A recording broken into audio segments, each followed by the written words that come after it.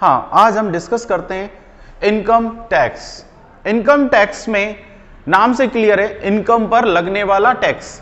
Income पर देखिए, income plus tax 2 parts में एलोकेट कर दिया हमने, मींस इनकम पर लगने वाला टैक्स। तो बात करते हैं इनकम क्या है। इनकम एक सिंपल एग्जांपल में अगर अपन कहें, एक सिंपल लैंग्वेज में अगर हम कहें तो कह सकते हैं सवेरे उठने से लेकर रात को सोने तक अगर कोई व्यक्ति अपने साथ कोई इनकम ले जाता है और वास्तव में वापस आता है तो एक्स्ट्रा इनकम साथ में लेके आता है उससे बढ़ाकर, तो जो एक्स्ट्रा इनकम आई है उसी को हम क्या कहेंगे, या जो एक्स्ट्रा पैसा आया उसी को हम क्या कहेंगे, इनकम।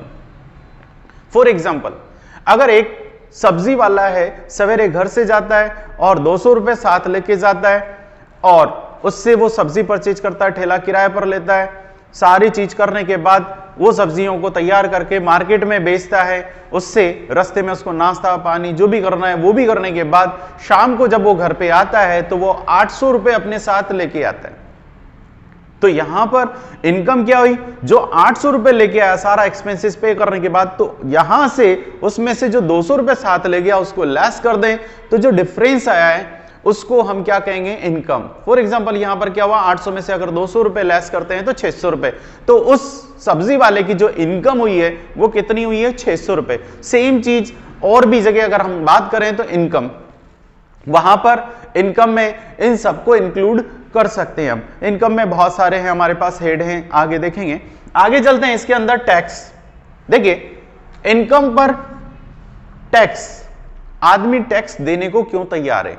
सबसे पहले तो यह है टैक्स का हमें क्या फायदा है, यह भी हमें पता चल जाए तो हम आगे होकर उस पर टैक्स देने लग जाते हैं। आपने देखा होगा कि गवर्नमेंट आपका जो भी होगा, नगर निगम नगर पालिका आपके जो भी है, वो रोड कंस्ट्रक्शन कराती है, साफ सफाई करवाती है, आपका पुलिस वालों को जो पेमेंट जाता है वो आपका रेलवे डिपार्टमेंट का पैसा है ये। और इसी तरह से आप रेलवे डिपार्टमेंट के साथ देखिए आपका कोर्ट डिपार्टमेंट एटसेट्रा, ये सारे हैं। इनके जो खर्चे होते हैं, इन खर्चों को कहां से पूरा किया जाता है। ऐसा तो नहीं है कि आरबीआई से फोन कर दिया गवर्नमेंट ने कि भैया नोट छाप दे और चालू कर दे, क्योंकि उसकी भी एक टर्म्स एंड कंडीशन होती है कि वहां पर एक फिक्स्ड अमाउंट, फिक्स्ड गोल्ड आपको डिपॉजिट कराना पड़ता है, उसके बाद ही आरबीआई आपके क्या पैसा प्रिंट कर सकती है।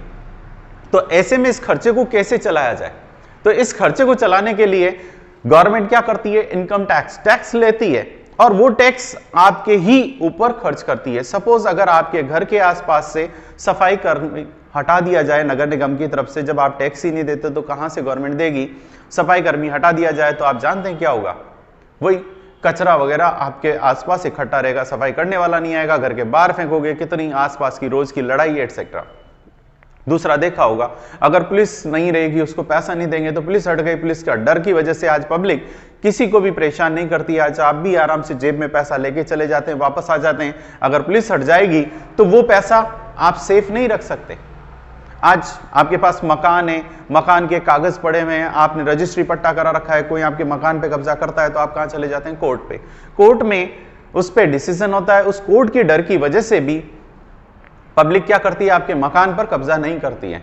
ये सारी चीजें अगर हट जाएंगी, क्योंकि जब आप टैक्स नहीं देंगे तो ये सब चीजें आपकी उससे हट जाएंगी।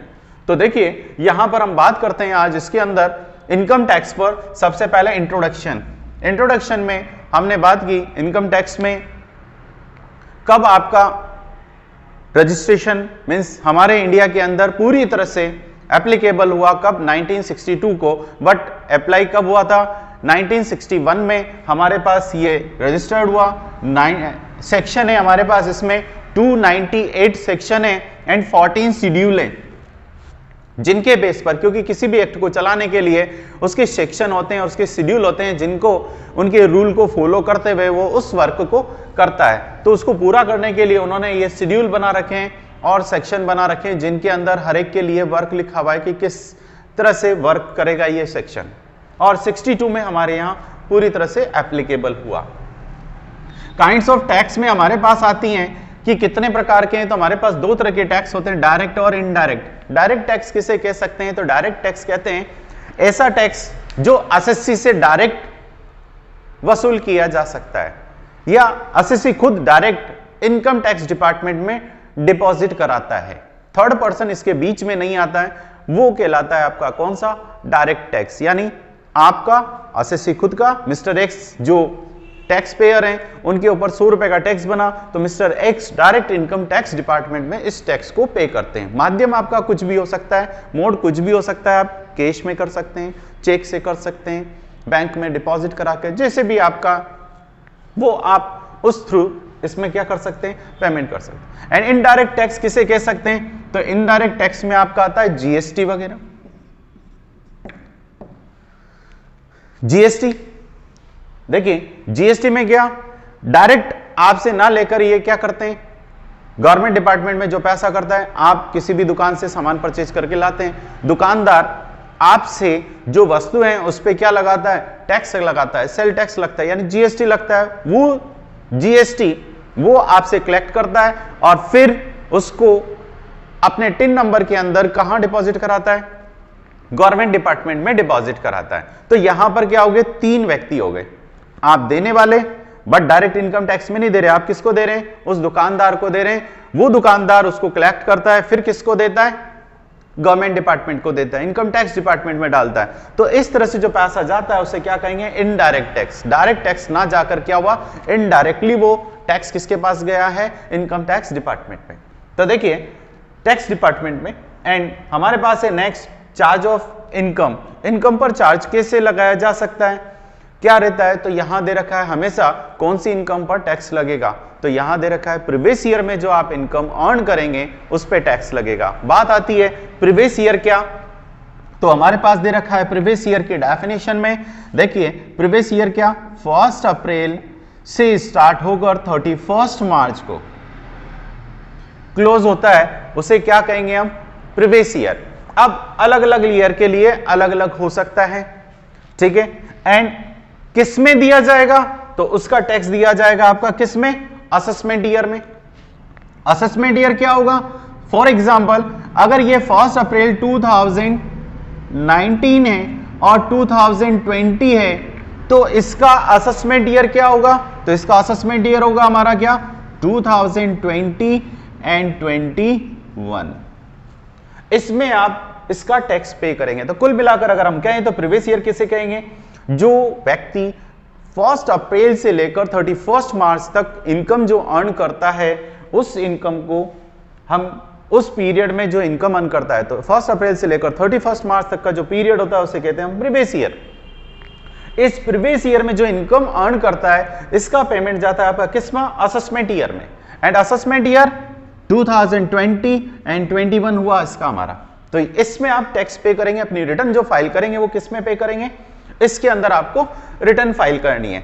आगे चलते हैं हम एसएससी। एसएससी कौन होगा और पर्सन कौन होगा, तो बात करते हैं पर्सन। पर्सन में कोई भी इंडिविजुअल पर्सन हो सकता है,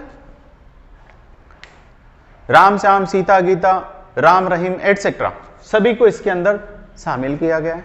सेकंड एचयूएफ हो सकता है, हिंदू अनडिवाइडेड फैमिली को भी आपको पर्सन की डेफिनेशन में इंक्लूड किया है।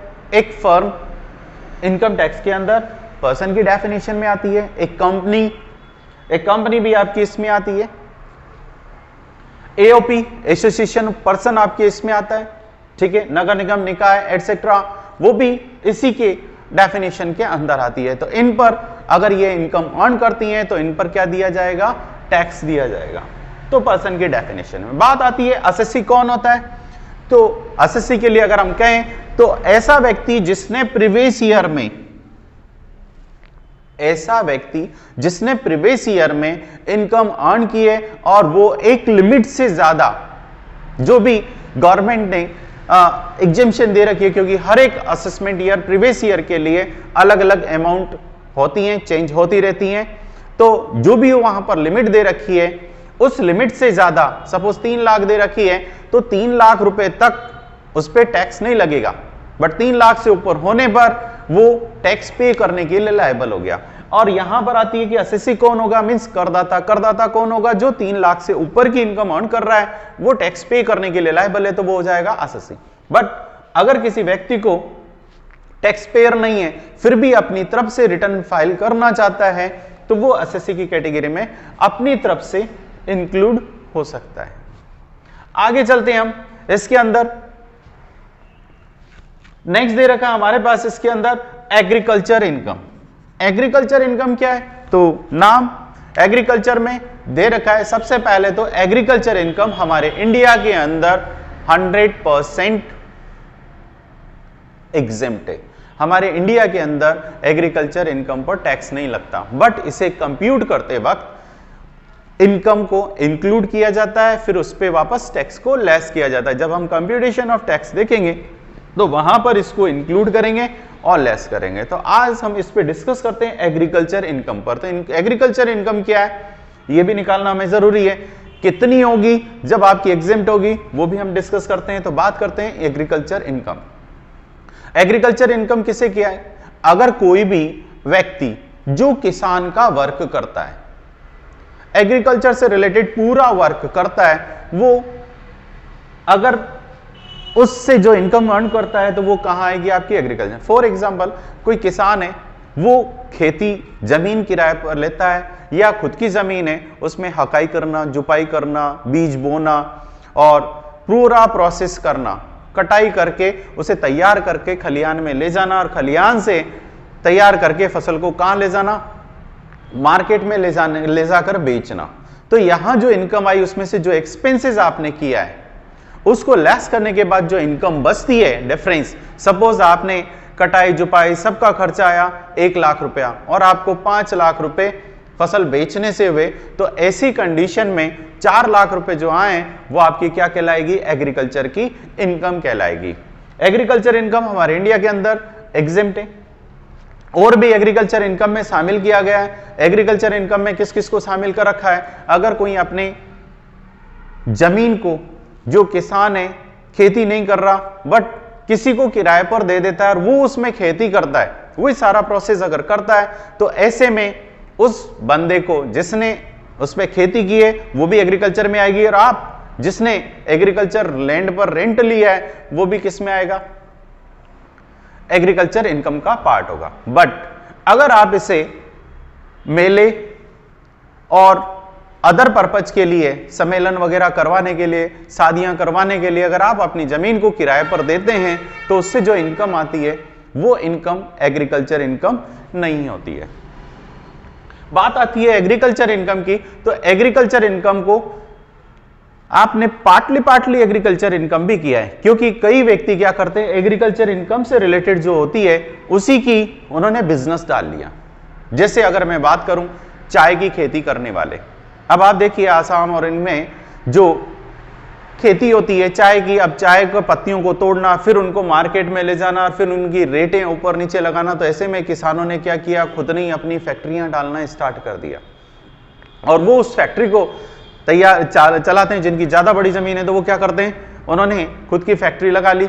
अब वो कहते हैं कि इस फैक्ट्री से तैयार चाय की पत्ती एग्रीकल्चर से रिलेटेड है, एग्रीकल्चर इनकम है, सो इन पे टैक्स नहीं लगेगा। तो गवर्नमेंट ने उसको पार्टली एग्रीकल्चर इनकम का नाम दिया। कुछ पार्ट आपका एग्रीकल्चर इनकम है, कुछ पार्ट आपका बिजनेस इनकम है। जो एग्रीकल्चर इनकम है वो तो आपके कंप्यूट में लेस कर देंगे, एग्जेम्प्ट होगा, बट जो एग्रीकल्चर पार्ट है, टैक्सेबल पार्ट है, जो बिजनेस का पार्ट हुआ, उस पे आपके क्या लगेगा? टैक्स लगेगा बिजनेस के अकॉर्डिंग। जो भी रेट उसकी रहेगी हम आगे के चैप्टरों में देखेंगे, तो उस पे उसके अकॉर्डिंग। फॉर एग्जांपल अगर मैं बात करूं चाय का बिजनेस, टी का बिजनेस करता है तो 60-40 का रेशो होता है टी के लिए, 60% एंड 40%। 60% एग्रीकल्चर इनकम और 40% बिजनेस इनकम। तो यहां बात आती है एग्रीकल्चर इनकम और बिजनेस, तो 60% एग्रीकल्चर इनकम एग्जेम्प्ट। ठीक है, कंप्यूट में तो लेंगे बट हम कर लेंगे। सपोज किसी ने चाय के बिजनेस से प्रॉफिट कमाया कितने का? 5 लाख रुपीस का, तो इसका 60% आपका एग्रीकल्चर इनकम और 40% बिजनेस इनकम। ये एग्रीकल्चर में चला जाएगा, ये कहां चला जाएगा? आपका बिजनेस इनकम में चला जाएगा। अब बात आती है एग्रीकल्चर इनकम तो हमारे यहां एग्जेम्प्ट है, बस इसे कंप्यूट करते वक्त इसे कहां शामिल करेंगे? कंप्यूट टैक्स में। और ये आपका बिजनेस इनकम है, ये बिजनेस में चला जाएगा, इस पे टैक्स लगेगा। इसी तरह से हमारे यहां कॉफी का बिजनेस अगर कोई करता है तो उसके लिए 75 और 25 का रेशो दे रखा है। ऐसे रबड़ का बिजनेस है 65 और आपका 35 का रेशो दे रखा है। इस तरह से सबकी अलग अलग रेशो बना रखे हैं। इसी तरह से देखो आलू की खेती कर रहे हैं और साथ में वो वेफर्स बनाने का काम कर रहे हैं, चिप्स।